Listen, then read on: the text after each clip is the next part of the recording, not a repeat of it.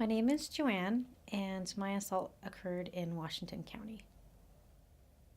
My sexual assault had occurred on a date, and I had had contact with that person for about 2 months leading up to the date. I felt like I knew the person enough that I didn't feel like they would be unsafe.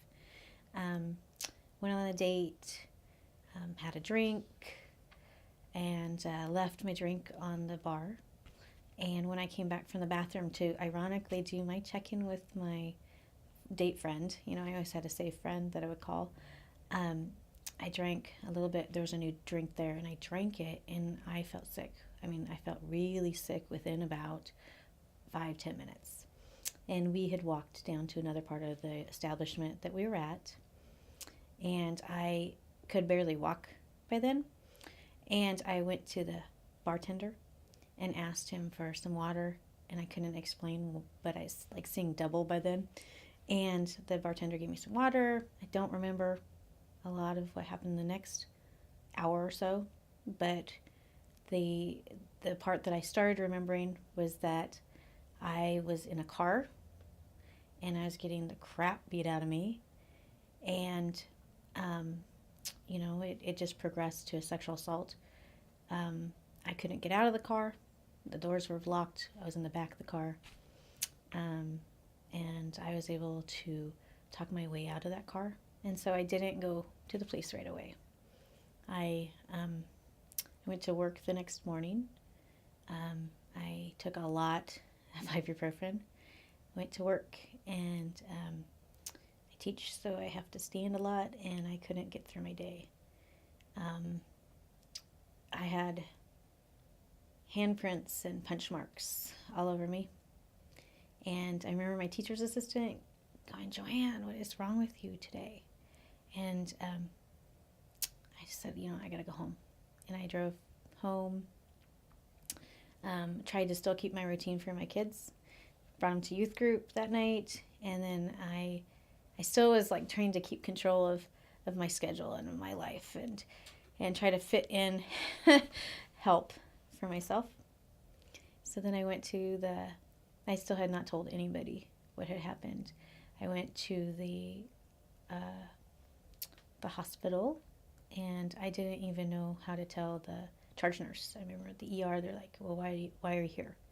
And I just froze, because I think that was the first moment that it really hit me, that I was really there because I had been raped.